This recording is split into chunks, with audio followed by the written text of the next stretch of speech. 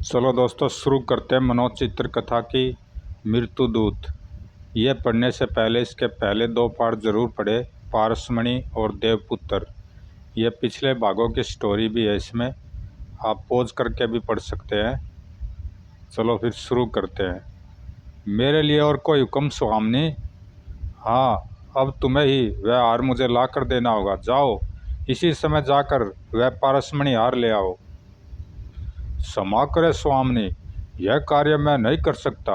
मैं जादुई, पैशाचिक व यांत्रिक तांत्रिक शक्तियों से तो टकरा सकता हूँ, उन्हें परास्त कर सकता हूँ, लेकिन दैवीय शक्ति से मुकाबला करना तो दूर, मैं उनके निकट तक नहीं फटक सकता।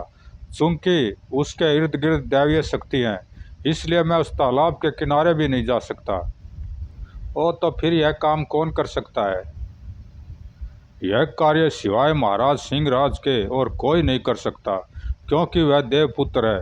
यदि तुम उन्हें किसी तरह राजी कर सको तो वे ही तुम्हें वह हार ला कर दे सकते हैं, लेकिन इसके अलावा उस हार की प्राप्ति का और कोई उपाय नहीं है स्वामिनी।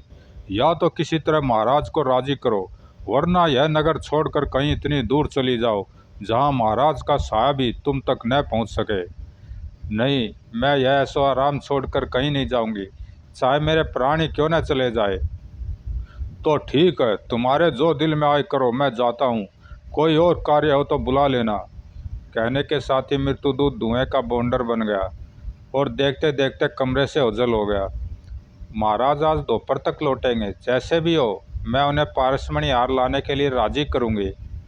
मोहिनी ने उसी समय अपनी एक विश्वसनीय दासी को बुलाया और उसे कुछ समझाने के बाद गहने एवं कीमती वस्त्र आदि उतार कर कोप भवन में जा बैठी। महाराज मेरे रूठने का कारण जानने वह मुझे मनाने के लिए यहाँ अवश्य आएंगे, और तब हा पारसमणि हार मुझे ज़रूर उपहार में मिल जाएगा। दोपहर को महाराज जब महल में लौटे, आप आ गए स्वामी। जिस काम से आप गए थे, क्या वह संपन्न हुआ? हाँ प्रिय, लेकिन तुम कैसी हो? मेरे पीछे तुम्हें कोई कष्ट तो नहीं हुआ? मुझे कोई कष्ट नहीं हुआ स्वामी, और मैं बिल्कुल ठीक हूँ। बस आपका पास न होना ही खल रहा था। तुम्हारे दिल की बात मैं समझता हूँ प्रिय, लेकिन क्या करूँ, मजबूर था। वह कार्य बहुत आवश्यक था। अच्छा, छोड़ो इन बातों को और बताओ, बड़ी रानी कैसी है? मोहिनी दीदी, वे तो। तुम चुप क्यों हो प्रिय? बताओ उन्हें, कैसी है वह? दीदी कोप भवन में है स्वामी। शायद किसी कारण से वे आपसे रूठ गई हैं। क्या? कोप भवन में? मेरे पीछे ऐसा क्या कष्ट पहुंचा उसे जो वह कोप भवन पहुंच गई? यह तो मैं नहीं जानती स्वामी। वैसे उनके कोप भवन में जाने की बात मुझे उनकी दासी से ही मालूम हुई है। और ठहरो, मैं अभी उसे मना कर लाता हूँ। मैं भी यही कहना चाहती थी स्वामी, आप तुरंत दीदी को मना कर ले आइए। महाराज कोप भवन में पहुँचे। तुम्हें क्या हुआ प्रिय? यह तुमने अपनी क्या हालत बना रखी है? मुझे कुछ नहीं हुआ स्वामी, कृपा कर आप मुझे मेरे हाल पर छोड़ दीजिए। आखिर बात क्या है, मुझे कुछ बताओ भी तो, कि मेरे पीछे ऐसा क्या हुआ है जो तुम रूठ कर यहाँ आ बैठी?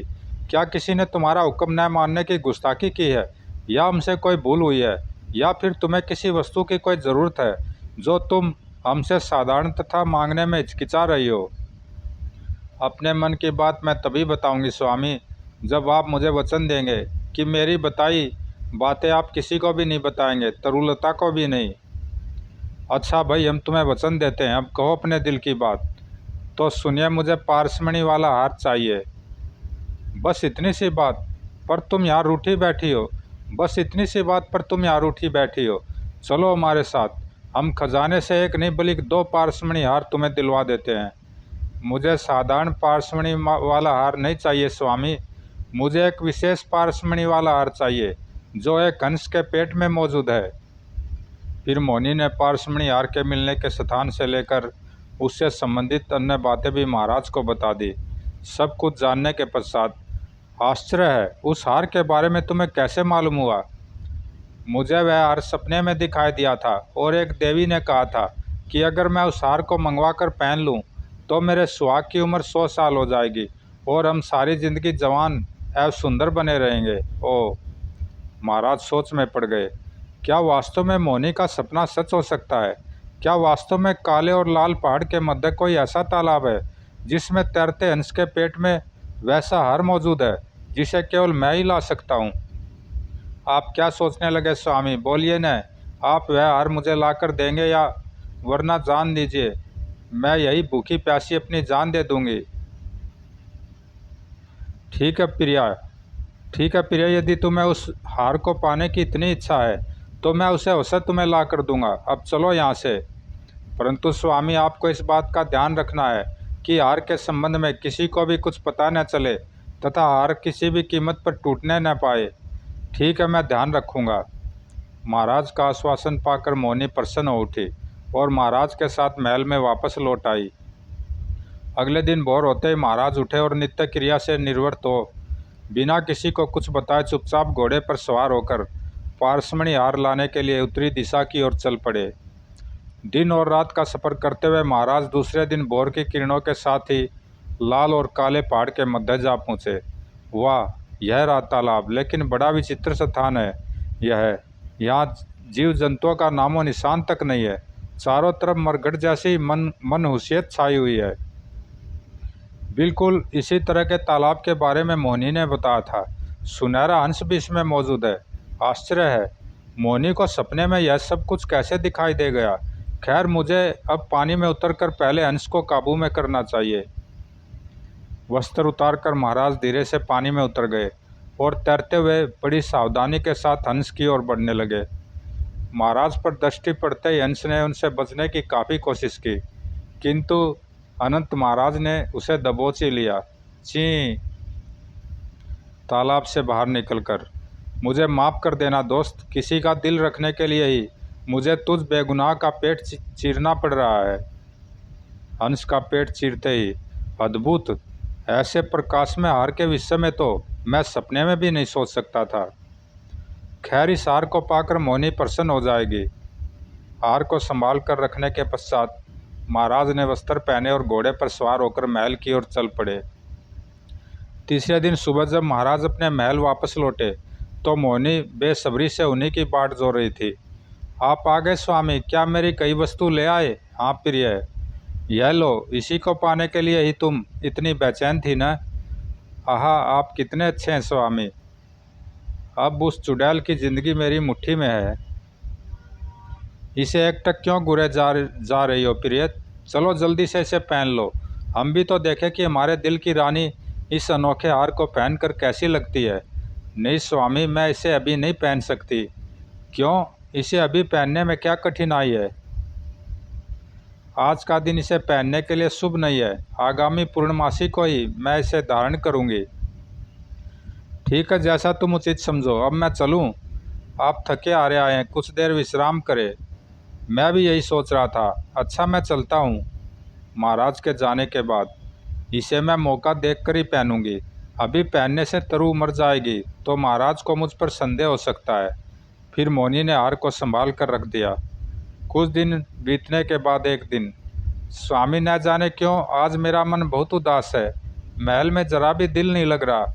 यदि आपको कोई आपत्ति न हो तो मैं समुद्र के किनारे थोड़ा घूम आऊँ? हाँ हाँ, क्यों नहीं, ज़रूर घूम आओ, लेकिन सांझ ढलने से पहले ही वापस लौट आना। यह शौक ही था कि मोहिनी उस समय खिड़की के पास से गुजर रही थी। जैसे उसके कानों में महाराज और तरु की बातें पड़ी, वह ठिठक कर रुक गई और ध्यान से उनकी बातें सुनने लगी। मैं शाही रथ ले जाऊं स्वामी? यह भी कोई पूछने की बात है प्रिय, जो चाहे सवारी ले जाओ। बन गया काम। तरु घूमने के लिए अकेली ही समुद्र के किनारे जा रही है। भला उसे अपने मार्ग से हटाने का इससे अच्छा मौका मुझे और कब मिलेगा। अच्छा प्रिय, अब मैं चलता हूँ। आज मुझे बहुत से आवश्यक कार्य निपटाने हैं। ठीक है स्वामी, मैं भी चलूँ? मुझे भी तो आवश्यक तैयारी करनी है। कुछ ही देर बाद तरुलता शाही रथ पर सवार और समुद्र की ओर जा रही थी, लेकिन वह इस बात से बिल्कुल बेखबर थी कि मोहिनी भी अदृश्य रूप में उसके रथ के ऊपर उड़ती हुई उसका पीछा कर रही है। आज मैं इस चुड़ैल का किस्सा हमेशा हमेशा के लिए ख़त्म कर दूंगी।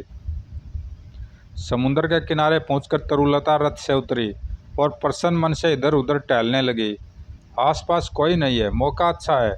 मुझे सशरीर प्रकट होकर उसके पास पहुंचना चाहिए। अगले पल, तरु बहन, अरे मोहिनी दीदी, ये कहाँ अचानक कहाँ से आ गई? ये यहाँ अचानक कहाँ से आ गई? दीदी आप अचानक यहाँ कैसे? बस वैसे ही घूमने आई थी, लेकिन तुम यहाँ अकेली कैसे? मैं भी घूमने आई हूँ। न जाने क्यों आज मेरा मन महल में नहीं लग रहा था। अरे ऐसी बात थी तो मुझसे कहा होता, मैं तुम्हें ऐसी जगह ले चलती जहाँ का वातावरण देखकर तुम्हारी सारी उदासी दूर हो जाती। अच्छा ऐसी कौन सी जगह है दीदी, ज़रा मुझे भी बताइए न। यहाँ से कुछ ही दूर एक जंगल है, उसके बीचों बीच एक ऐसा उद्यान है जहाँ की सुंदर फुलवारी व खूबसूरत पशु पक्षियों को देखकर मन खुशी से झूम उठता है। क्या तुम मेरे साथ वहाँ चलोगी? यदि आपका कहना सच है तो अवश्य चलूँगी। मैं भी तो देखूँ वह उद्यान वास्तव में कितना सुंदर है। आइए रथ पर चले। रथ को वहाँ ले जाने की कोई ज़रूरत नहीं, तुम रथ यही छोड़ दो। वह उद्यान यहाँ से ज़्यादा दूर नहीं, पैदल चलने में बड़ा मज़ा आएगा। तो फिर चलिए, लेकिन ध्यान रखिएगा दीदी, हमें शाम ढलने से पहले पहले महल में वापस पहुँचना है, वरना महाराज बुरा मानेंगे। उसकी तुम चिंता मत करो, आओ मेरे साथ। फिर आपस में बातें करती हुई वे दोनों जंगल की ओर बढ़ने लगी। शीघ्र ही वे जंगल में जा पहुंची और लगातार आगे बढ़ती रही। जब चलते चलते काफ़ी देर हो गई, हम तो घने जंगल में निकल आए। मोहिनी दीदी, आखिर वह उद्यान है कहाँ जिसके बारे में आपने बताया था? बस कुछ ही आगे है। क्या तुम्हें डर लग रहा है? डर नहीं लग रहा दीदी, बल्कि चिंता सता रही है। अभी हम उस उद्यान तक पहुँचे भी नहीं हैं कि कितना समय लग गया, फिर लौटने में तो न जाने कितना समय लगेगा। मेरी मानिए और वापस लौट चलिए, वह उद्यान हम फिर कभी देख लेंगे। तरु का इतना कहना था कि मोहिनी खिलखिलाकर हंसने लगी। ही हा हा। आप इस तरह क्यों हंस रही है दीदी? क्या मैंने कोई मूर्खतापूर्ण बात कह दी है? मूर्ख मैं हंस इसलिए रही हूँ कि आज तेरी तमाम चिंताएं हमेशा हमेशा के लिए दूर हो जाएंगी। क्या मतलब? मतलब है यह पारसमणि हार। इस हार में तेरी मौत छिपी है। जैसे ही मैं इसे गले में पहनूंगी, तेरी जीवन लीला समाप्त हो जाएगी। यह तुम क्या कह रही हो दीदी? भला तुम मुझे क्यों मारना चाहोगी? फिर इस साधारण हार में मेरी मौत कैसे छिपी हो सकती है? मैं तो एक साधारण स्त्री हूँ। यह साधारण हार नहीं है मूर्ख औरत, और न ही तू कोई साधारण स्त्री है। सुन इस हार की और तेरी असलियत मैं तुझे बताती हूँ। फिर मोहिनी उस हार व उसके पूर्व जन्म की कहानी उसे बताने लगी। जब सब कुछ बताकर मोहिनी खामोश हुई। आपने तो मुझे बड़ी आश्चर्यजनक कहानी सुनाई है दीदी, लेकिन एक बात मेरी समझ में नहीं आ रही कि आप मुझे मारना क्यों चाहती हैं? क्या बिगाड़ा है मैंने आपका? अभी तक तो तुमने मेरा कुछ भी नहीं बिगाड़ा, लेकिन कभी भी मेरा सब कुछ बिगाड़ सकती हो, मेरा सर्वनाश कर सकती हो। तुम ज़रूर जानना चाहोगी कि तुम कैसे मेरा सर्वनाश कर सकती हो। सुनो, मैं तुम्हें बताती हूँ। तुम्हारी तरह मैं भी कोई साधारण स्त्री नहीं, बल्कि एक जादूगरनी मायाविनी हूँ। और फिर मोहिनी उसे अपनी असलियत एवं अपने भविष्य के बारे में विस्तार पूर्वक बताने लगी। सब कुछ बताने के बाद, अब समझ गई न तू कि मैं तुझे क्यों मारना चाहती हूँ? चल अब मरने के लिए तैयार हो जा। नहीं नहीं, मुझे मत मारो दीदी, मैं आपको विश्वास दिलाती हूँ कि जाने अनजाने में भी मुझसे आपका कोई अहित नहीं होगा, और मैं सदैव आपकी गुलाम बनकर रहूँगी। जैसा आप कहेंगी वैसा ही करूँगी। हाँ हाँ, बुद्धिमान वही होता है जो अपने दुश्मन को वार करने का मौका न दे। अतः मैं तुझे छोड़कर मूर्ख कहलाने की मूर्खता कभी नहीं करूँगी। नहीं नहीं, मुझ पर रहम करो दीदी। लेकिन मोहिनी का दिल नहीं पसीजा और गले में हार पहनते ही तरुलता पत्थर की मूर्ति बन गई। ओह, यह मरी नहीं बल्कि पत्थर की मूर्ति बन गई। खैर, इससे मुझे कोई फर्क नहीं पड़ता। इस रूप में भी तो यह मर्द के समान है। अब इसे पुनः शरीर कौन देगा? अतः मुझे लौट चलना चाहिए। और मोहिनी अदृश्य हो उड़ती हुई वापस लौट पड़ी।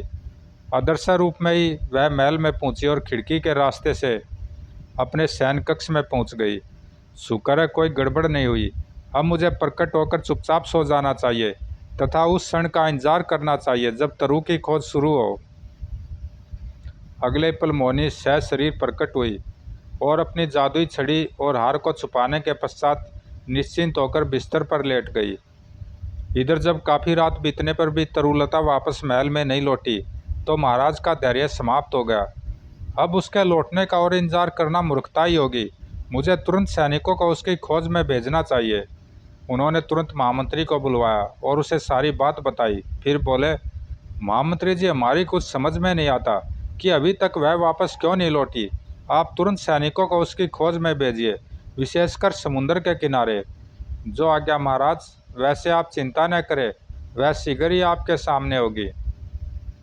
महामंत्री ने उसी समय जाकर सैनिकों के कई दल तरुलता की खोज में चारों दिशाओं में भेज दिए। एक सैनिक दल तरुलता को खोजता हुआ जब समुद्र तट पर पहुंचा तो, अरे यह तो वही रथ है जिस पर सवार होकर रानी जी शहर को निकली थी। हाँ, तुम इसे महल ले जाओ, हम आगे जाकर रानी जी की खोज करते हैं। ठीक है।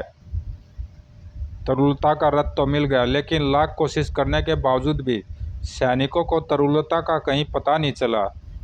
कहाँ चली गई तरु? उसके बगैर हम कैसे जिएंगे? धैर्य रखो स्वामी, एक न एक दिन तरु जरूर हमें मिल जाएगी। हाँ महाराज, आप दुखी न हो, रानी जी का पता जल्दी चल जाएगा। मैं कल ही पूरे राज्य में ढिंढोरा पिटवा दूंगा कि जो कोई भी रानी जी का पता बताएगा उसे मुंह मांगा इनाम दिया जाएगा। यह भी करके देख लीजिए महामंत्री जी। वैसे हमें न जाने क्यों ऐसा लग रहा है कि अब हम उसे इस जीवन में दोबारा नहीं पा सकेंगे। महाराज का कहा ठीक ही निकला। पूरे राज्य में ढिंढोरा पिटवाने के पश्चात कई दिन और सप्ताह बीतने के बाद भी तरु का कहीं कोई पता न चला।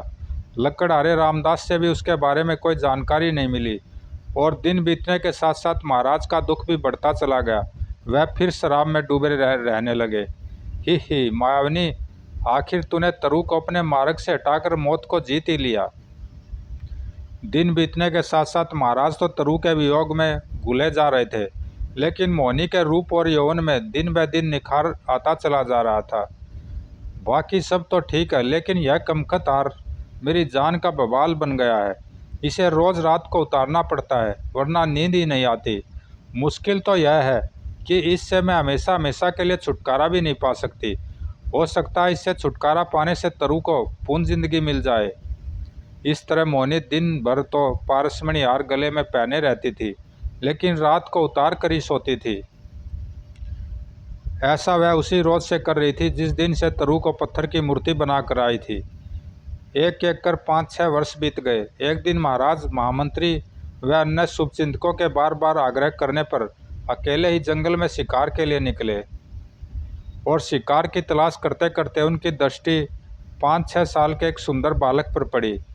अरे वह बालक कौन है और इतने घने जंगल में कहाँ से आ गया? क्या उसे यहाँ के भयानक वातावरण का जरा भी भय नहीं?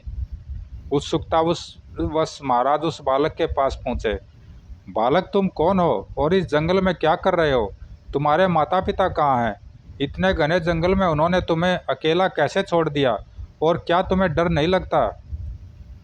मेरा नाम वीर सिंह है, मैं किसी से नहीं डरता। मुझे अपने पिता के बारे में तो कुछ नहीं मालूम, लेकिन मैं अपनी माँ को अवश्य जानता हूँ और उसे बहुत प्यार करता हूँ। ओह बालक, तुम्हारी माँ कहाँ है? क्या तुम मुझे उनसे नहीं मिलवाओगे? ज़रूर मिलाऊंगा, आइए मेरे साथ। बालक वीर सिंह महाराज को लेकर एक तरफ चल पड़ा। कुछ देर बाद बालक महाराज को लेकर उस स्थान पर पहुंचा जहां तरुलता पत्थर की मूर्ति बनी बैठी थी। लो मिलो, यह है मेरी माँ। क्या यह पत्थर की मूर्ति तुम्हारी माँ है?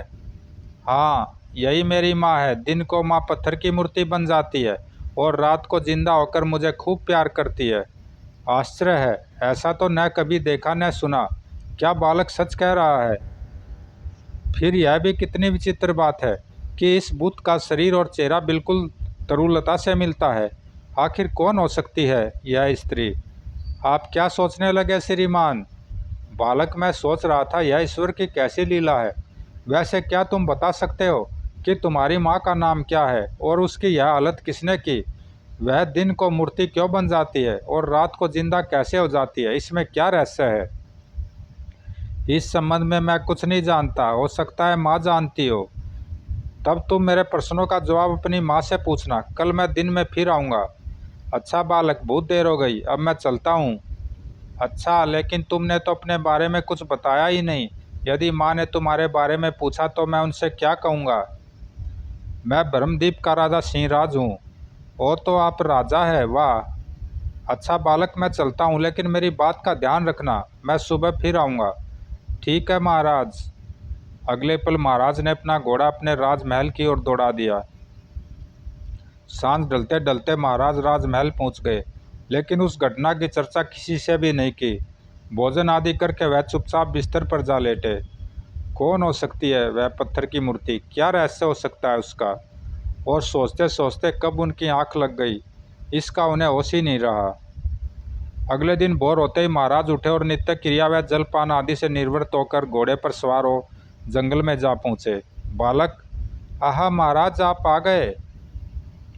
क्या तुमने अपनी माँ से मेरे प्रश्नों का उत्तर मांगा था? हाँ महाराज। आहा, क्या जवाब दिया तुम्हारी माँ ने? मुझे जल्दी से बताओ। माँ ने कहा है कि जब आप बड़ी रानी से पारसमणि वाला हार लाकर अपने हाथों से उनके गले में पहनाएंगे, तब वे सवई आपको सभी प्रश्नों के उत्तर देगी। पारसमणि वाला हार? लेकिन तुम्हारी माँ को उस हार के बारे में कैसे मालूम हुआ? यह तो मैं नहीं जानता महाराज। क्या तुम्हारी माँ ने अपना नाम बताया कि वह कौन है? कहा न कि वह सवई अपने बारे में सब कुछ बताएगी। ठीक है, मैं आज रात ही वह हार लेकर यहाँ आऊँगा। अब मेरे लिए यह रहस्य जानना बहुत ज़रूरी हो गया है। और महाराज उसी समय वीर सिंह से विदा लेकर राजमहल की ओर चल पड़े। समझ में नहीं आता कि पारसमणि हार के साथ उस पत्थर की मूर्ति का क्या संबंध हो सकता है। खैर, आज ही सारा रहस्य मालूम हो जाएगा।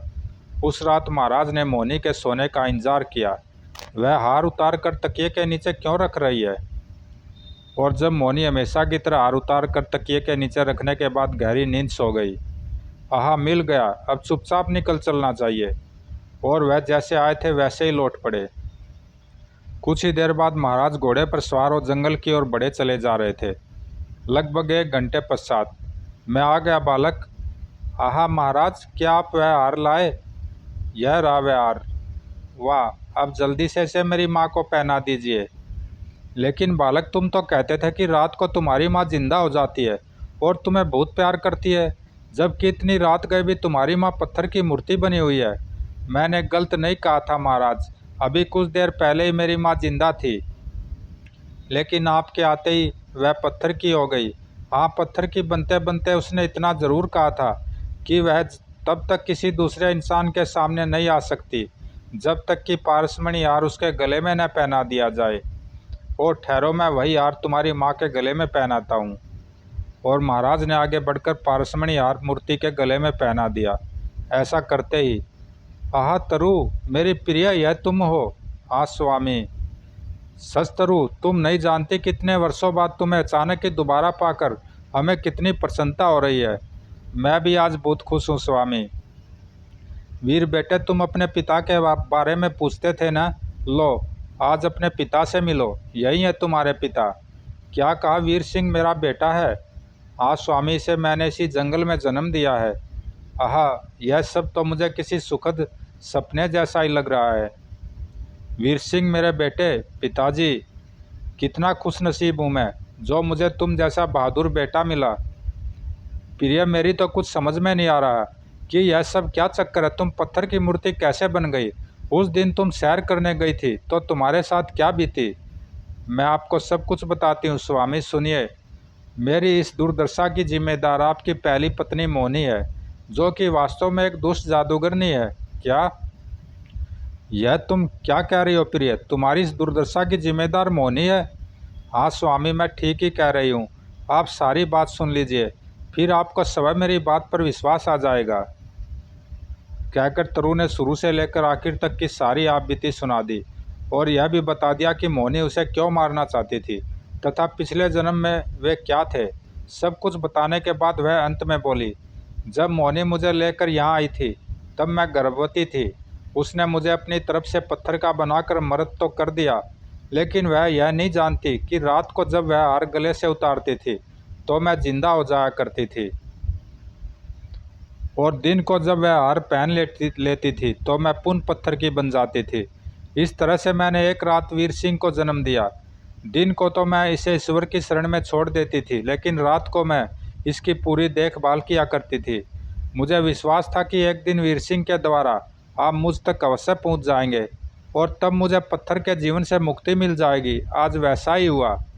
आहा, मैं कितना बदनसीब हूँ कि मेरे जीते जी तुम्हें इतने कष्ट भोगने पड़े। खैर, आज मैं उस दुष्ट चुड़ैल को मौत के घाट उतार कर हमेशा हमेशा के लिए इस कहानी को ख़त्म कर दूंगा। आओ मेरे साथ, आओ बेटे, तुम भी हमारे साथ आओ। आज से तुम्हारे भी दुखों के दिन खत्म हुए। ठहरिए स्वामी, पहले मेरी एक बात और सुन लीजिए। कहो, क्या कहना चाहती हो प्रिय? मोहिनी उर्फ मायाविनी तब तक नहीं मरने वाली जब तक कि उसकी जादुई छड़ी सही सलामत है। अतः उसे मारने से पहले आपको उसकी जादुई छड़ी नष्ट करनी पड़ेगी ताकि उसकी सारी जादुई शक्तियाँ खत्म हो जाए। उसके बाद आप जैसे चाहे उसे मौत के घाट उतार सकते हैं। ठीक है, मैं समझ गया। सुबह होने वाली है, अब तुम समय नष्ट न करके मेरे साथ चलो। मैं सुबह होने से पहले ही उसे उसके किए की सज़ा दे डालना चाहता हूँ। ठीक है, चलिए, आओ मेरे वीर। महाराज ने अपने साथ साथ तरु और वीर को भी घोड़े पर बिठाया और द्रुत गति से राजमहल की ओर बढ़ चले। उधर सुबह उठते जब मोहिनी को पारसमणि हार के गायब होने का पता चला तो उसने तुरंत अपनी जादुई छड़ी निकाल ली। मेरे हुक्म के गुलाम मृत्युदूत, सामने आओ, प्रकट हो जल्दी। तुरंत ही धुएं के बवंडर के साथ मृत्युदूत प्रकट हुआ। मेरे लिए क्या आज्ञा स्वामिनी? जल्दी बताओ, मेरा पारसमणि हार किसने चुराया है और वह इस समय किसके पास है? वह हार तुम्हारे पति सिंहराज ने ही अपनी छोटी रानी तरुलता के कहने पर चुराया है और इस समय वह हार तरुलता के ही गले में है तथा वह पुनः जिंदगी पा चुकी है। क्या? नहीं नहीं, ऐसा नहीं हो सकता।